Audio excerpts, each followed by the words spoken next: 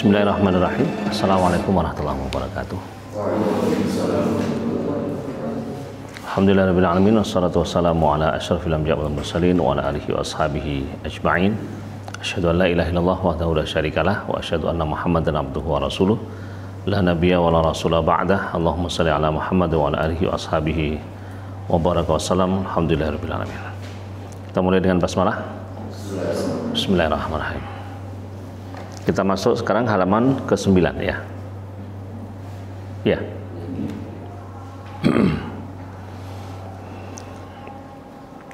Ya, pada pembahasan sebelumnya kita telah bahas tentang amr, tentang nahi. Amr adalah permintaan melakukan sesuatu dari yang levelnya lebih tinggi kepada yang lebih rendah. Demikian juga nahi, permintaan untuk tidak melakukan sesuatu dari level yang lebih tinggi kepada yang lebih rendah. Secara umum, amr, perintah maknanya wajib, larangan maknanya haram, kecuali kalau ada indikator baik itu lafadz, baik itu hadis yang lain yang memalingkan dari amr yang bermakna wajib ataukah nahi yang bermakna haram dan seterusnya. Keduanya memiliki makna yang berkebalikan. Perintah melakukan sesuatu sama dengan larangan melakukan kebaikannya. Perintah berkata-kata yang baik itu maksudnya larangan berkata yang buruk.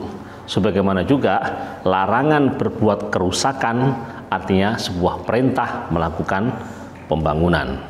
Kalau orang sudah diperintah, perintah sudah dilaksanakan, selesai urusan, ya, selesailah masalahnya.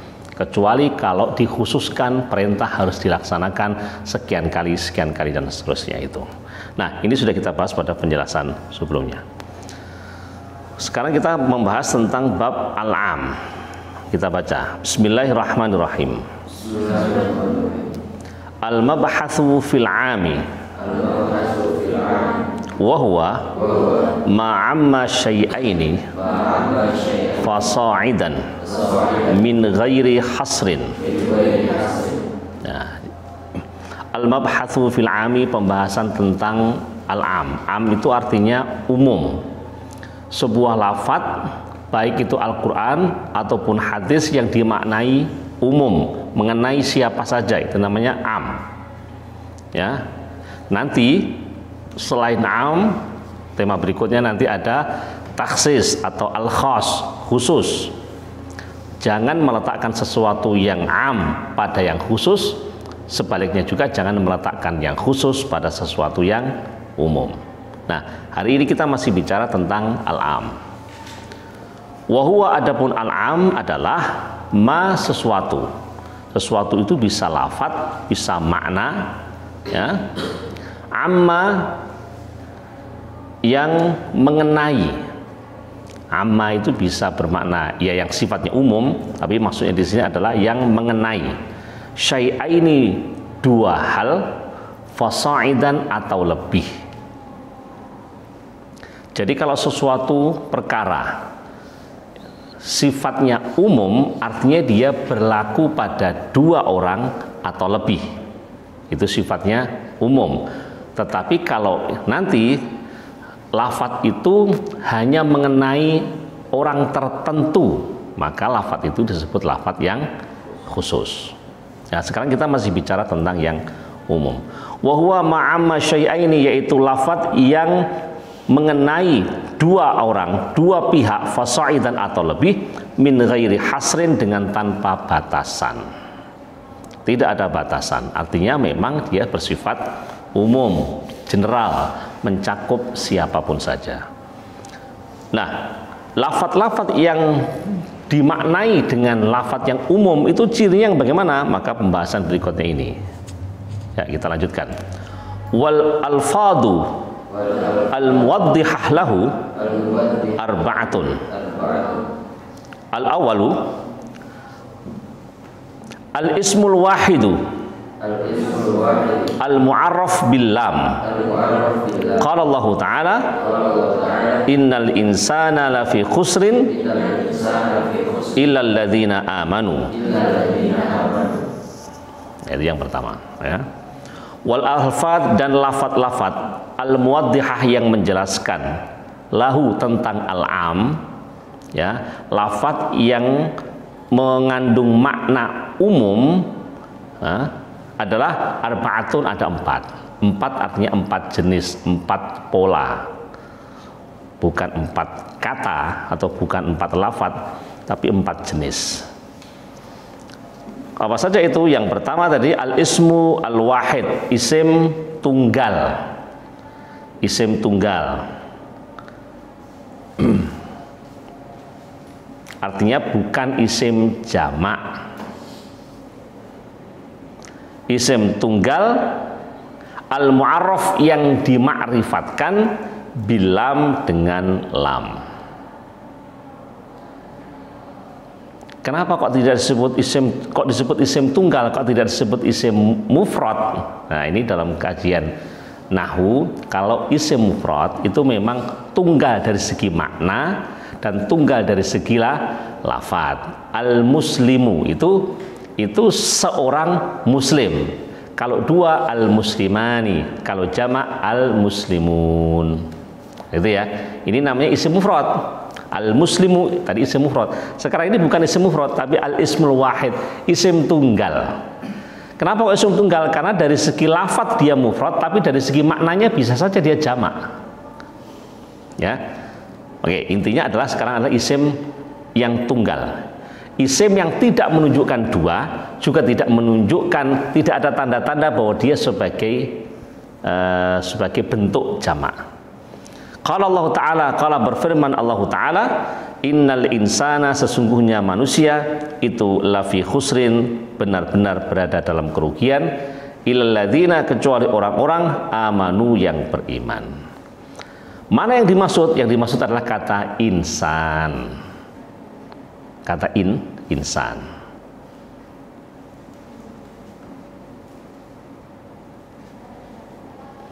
Insan disebut dengan isim tunggal. Memang kita tidak menyebutnya dengan isim mufrad karena memang tidak ada bentuk mutsananya.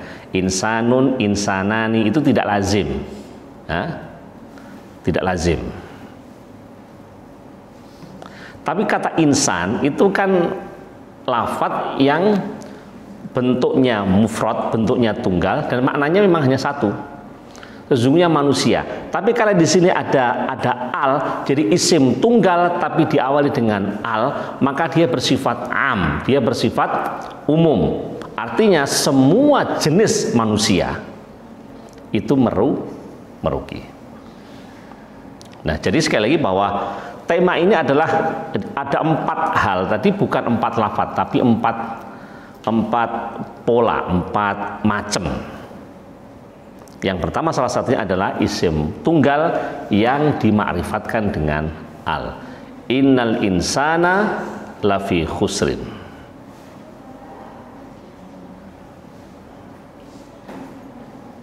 Itu yang pertama. Ya.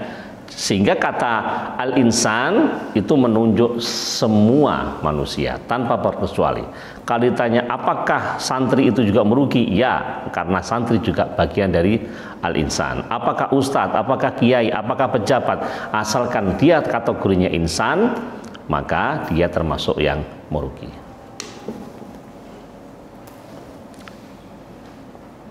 Sedikit ada tambahan. Kalau dalam bahasa Al-Quran nanti akan ada perbedaan penggunaan istilah, ya, nanti akan kita bahas di taram berikutnya. Kadang-kadang Al-Quran menyebut manusia dengan istilah bashar. Innama ana basharun, aku adalah seorang bashar. Bashar artinya seakar kata dengan bashar artinya kulit. Jadi manusia disebut bashar, ia makhluk biologis. Kalau Nabi menyebut dirinya innama ana basharun, artinya Nabi itu makhluk biologis. Ia makan, ia minum, ia beristri, dan lain sebagainya. Suatu saat manusia disebut dengan kata ini tadi, al-insan. Al-insan itu manusia yang memiliki sifat kemanusiaan, atau kita sebut dengan peri kemanusiaan. Manusia yang memiliki rasa empati, memiliki rasa simpati, rasa kasihan, rasa peduli, itu manusia yang memiliki sifat al-insan. Hewan seringkali tidak punya, walaupun ada juga hewan punya sifat hewaniah itu ya juga punya, tetapi yang lebih kuat ini dominasi manusia. Kadang-kadang disebut dengan al-insu, wa ma khalaqtul jinna wal insa. Al-insa bukan al-insan ya, al-insa. Gandengannya dengan al-jin, artinya kalau jin itu makhluk astral, makhluk tidak kasat mata, maka manusia itu makhluk yang konkret, makhluk yang kelihatan, makhluk yang bisa teraba. Itu kata al-ins. Nah, terkadang manusia disebut dengan kata an-nas. Qul a'udzu birabbin nas, malikin nas. An-nas terjemahnya manusia, artinya manusia dalam bentuk komunitas. Jadi manusia sebagai makhluk sosial, dia membutuhkan orang lain, dia tidak bisa hidup sendirian. Nah, ini menyimpang dari tema ini ya. Tetapi kalau kita disebut kata al-insan, itu artinya semua manusia. Ngapain semua manusia? Lafi khusrin, benar-benar dalam kerugian. Ya, lanjut. Tsaniyan, wa ismul jam'i al-mu'arraf bil lam. Qala Allah Ta'ala, innallaha yuhibbul muhsinin. Ismul jam'i isim jamak. Jamak. Isim jamak itu bisa jamak mudzakkar salim, bisa jamak taksir. Bagi yang sudah belajar nahwu tentu sudah paham ya. Jamak mudzakkar salim, al-muhsin, al-muhsinan, al-muhsinun dalam keadaan rafa, dalam keadaan nasab. Al-muhsina, al-muhsinaini, al-muhsinin. Maka al-muhsinin ini adalah bentuk isim jamak dalam keadaan nasab. Ismul jam'i al-mu'arraf bil lam. Al-muhsinin atau kalau rafa'nya al-muhsinun itu adalah isim jamak. Jamak apa? Jamak mudzakkar salim. Dia diawali atau dimakrifatkan dengan al, maka dia sifatnya umum. Artinya kalau ada lafaz innallaha yuhibbul muhsinin, Allah mencintai siapapun saja orang yang berbuat ihsan. Artinya ketika kebaikan itu dilakukan oleh orang yang melarat sekalipun, Allah tetap cinta. Kebaikan dilakukan oleh orang kaya, Allah juga cinta. Kebaikan dilakukan oleh santri, Allah juga cinta. Kebaikan dilakukan oleh seorang kiai, Allah pun juga cinta. Ini sifatnya umum. Siapapun pelaku al-ihsan, yang orangnya disebut al-muhsin, jamaknya adalah al-muhsinun, nasabnya adalah al-muhsinin, maka ini sifatnya umum. Jadi kalau ada ayat innallaha yuhibbul muhsinin, Allah mencintai semua orang, siapapun saja, tua, muda, besar, kecil, kaya, miskin, asalkan dia berbuat kebaikan. Deal? Salisan, wala fin nakirati. Qala Allah Ta'ala, la tajzi nafsun an nafsin syai'a. Yang ketiga adalah wala dan harf la, huruf la yang kemudian nanti digabung masuk fin nakirat di dalam isim nakirah. Ini isimnya, jadi yang dimaksudkan adalah isimnya, bukan fiilnya ya. Kalau isimnya nakirah, sebelumnya ada fiil yang diawali dengan la, maka ia juga bersifat umum. Kalau Allah Ta'ala berfirman, la tajzi.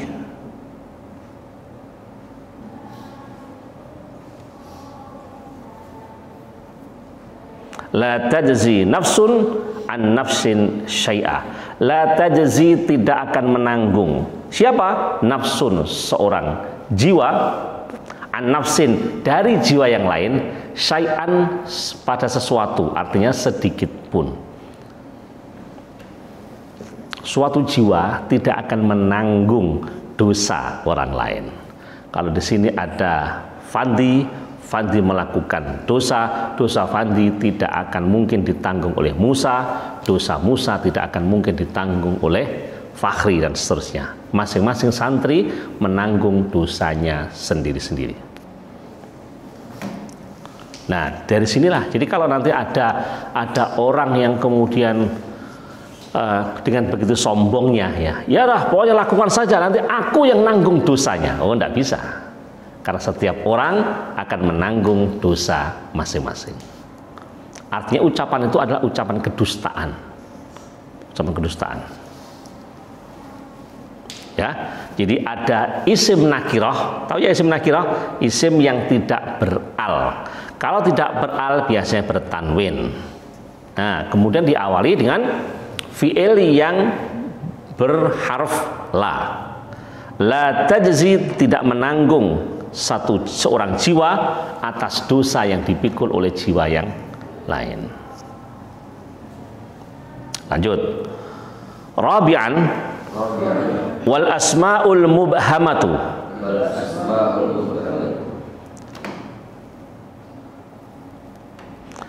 Kaman fi man ya'qil.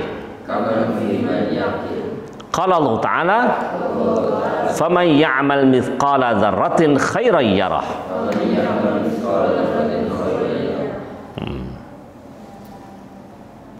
Wal asma' al mubhamah, isim-isim yang mubham. Sekali lagi, ini bagi yang belajar nahwu dia akan paham, isim mubham adalah isim yang samar-samar, ya, isim yang tidak jelas menunjuk kepada siapa, isim yang mubham. Apa contohnya? Contohnya isim mausul, ya, huruf atau isim man atau ma, itu salah satunya, ini termasuk yang mubham, yang samar. Bisa samar, bisa remang-remang, artinya tidak jelas menunjuk kepada seseorang. Kalau menunjuk orang namanya Fadil, maka jelas Fadil. Menunjuk Fandi, Fandi. Atau dengan profesinya At-Talib, Al-Ustad, itu jelas.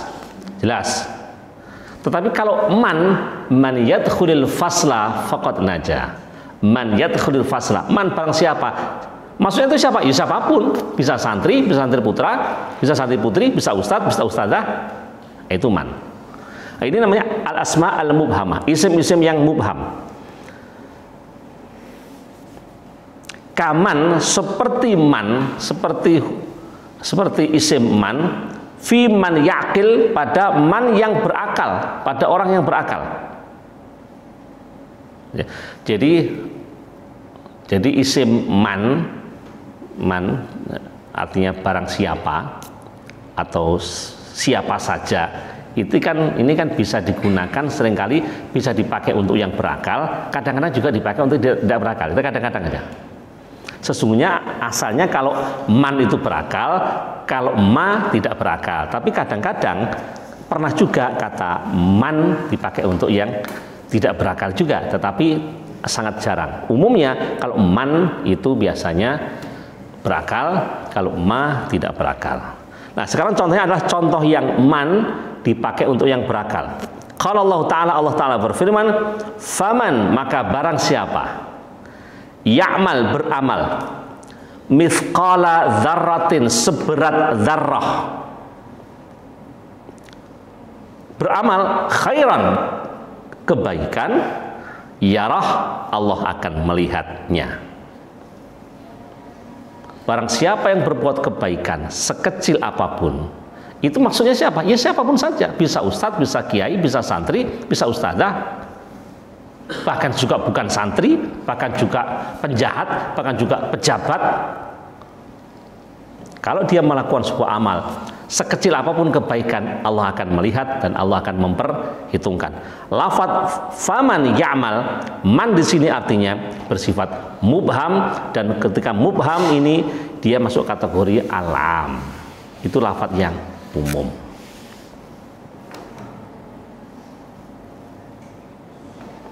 Kita lanjutkan. Wa ma fi ma la yaqil. Qala Allah Ta'ala, wallahu basirun bima ta'malun. Wa ma, dan lafadz ma yang terjemahnya apa-apa, fi ma la yaqil, fi ma pada sesuatu la yakil, yang tidak berakal. Jadi kata ma dipakai untuk menunjukkan sesuatu atau lafadz yang mengandung makna tidak berakal. Wallahu, dan adalah Allah, basirun, maha mengetahui, maha memeriksa, bima, terhadap apapun. Nah, makanya dimaksud apa-apa di sini ya apa saja, bisa amalan, bisa kebaikan, bisa kejelekan, bisa apapun saja. Bima, dengan sesuatu, ta'malun, yang engkau perbuat. Wa ayyun, qala Allah Ta'ala, ayyan ma tad'u falahul asma'ul husna. Wa ayyun, ketika nasab menjadi ayyan. Wa ayun, dan lafadz ayun. Qala Allah Ta'ala, Allah Ta'ala berfirman, kalau ada kata ayun atau ayyan itu maksudnya dia bersifat am. Ayyan ma tad'u, ayyan pada apa saja atau dengan cara apa saja, tad'u, engkau memohon, engkau berdoa, falahu, maka baginya, bagi Allah, apa? Al asmaul husna, nama-nama yang baik. Artinya engkau memohon kepada Allah dengan nama-nama asmaul husna yang manapun saja, Allah pasti akan mengijabahi. Nah, karena itu ini salah satunya adalah ayat yang kalau kita berdoa hendaknya gunakan asma Allah. Kita mau meminta rezeki, maka sebut Allah dengan asmanya Ar-Razzaq. Ya Razzaq, urzuq bina. Ya Allah, sang pemberi rezeki, berilah rezeki kepadaku. Ya, kita punya masalah kita ruwet, kita ingin akan dibukakan masalah. Allah punya sifat Al-Fattah. Ya Fattah, iftah bina. Ya Allah, sang pembuka problematika, bukalah permasalahan kami. Nah, dan seterusnya, ya. Ini kata ayyan artinya am. Artinya dengan apa saja.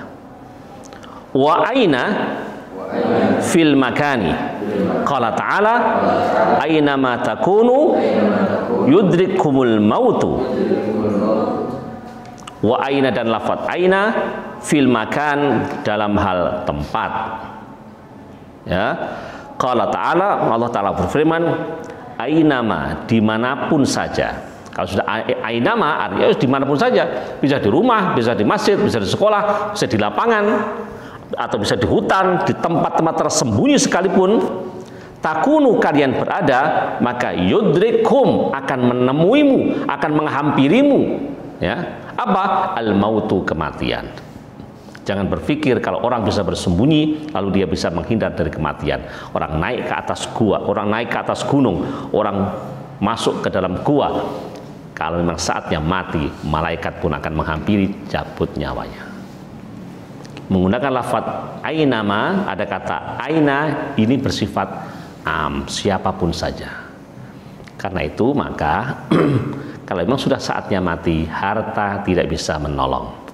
Ya, harta bisa digunakan untuk membeli rumah sakit, tapi harta tidak bisa membeli kesehatan dan kehidupan.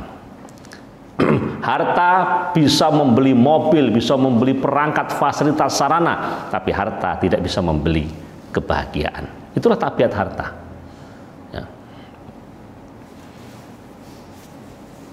Nah, karena itu penggunaan kata tadi aina, salah satunya adalah menunjukkan kata di mana, sifatnya umum.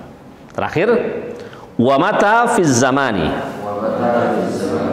mata safarta fa anti talikun, atau ya ini fa anti talikun, mestinya ini fa anti talikoh, tetapi secara umum ini difahami begitu. Wa mata, dan lafadz mata fiz zaman, tentang masa, tentang zaman. Kalau ada orang mengatakan mata safarta, kapanpun kamu pergi, kalau kamu pergi, ya, fa anti, kalau mata safarta maka fa anta. Tapi kalau mata safarti fa anti talikun. Biar cocok, biar tidak ada apa namanya, biar tidak ada permasalahan dalam bahasa, maka kita pakai anta saja. Mata safarta, kapanpun engkau pergi, fa anta, maka engkau talikun, tertalak. Talikun atau talikun, menalak. Nek kue lunga berarti kue iki megat. Maksudnya gitu ya. Itu menunjukkan kata mata. Wa mata fiz zaman, mata yang maksudnya untuk zaman. Mata safarta fa anta talikun, kapanpun engkau pergi, engkau telah mentalak. Lafadz ini dipakai ini dalam apa namanya, kebiasaan orang Arab. Jadi mensyaratkan, kalau kamu pergi berarti kamu mencerai saya. Supaya kamu tidak, statusmu tidak menceraikan saya, tetaplah di rumah. Nah, seperti itu. Nah, lafadz-lafadz ini 1, 2, 3, 4 dan seterusnya, beberapa lafadz ini adalah lafadz yang sifatnya umum. Kalau sudah sifatnya umum, maka ia jangan dikhususkan, karena nanti ada lafadz-lafadz yang memang sifatnya khusus. Nah, kekhususan itu mengandung makna tersendiri. Selama ini sifatnya umum, maka kita pahami secara umum. Pertama, isim tunggal yang dima'rifatkan dengan al. Yang kedua, isim jamak yang dima'rifatkan dengan al. Yang ketiga, la yang masuk ke dalam isim nakirah. Dan yang keempat, al-asma al-mubhamah, ya, bentuk-bentuk isim yang mubham. Bisa difahami? Baik. Semoga Allah merahmati kita sekalian. Alhamdulillahirabbil alamin. Subhanakallahumma wa bihamdika asyhadu an la ilaha illa anta astaghfiruka wa atubu ilaik. Assalamualaikum warahmatullahi wabarakatuh.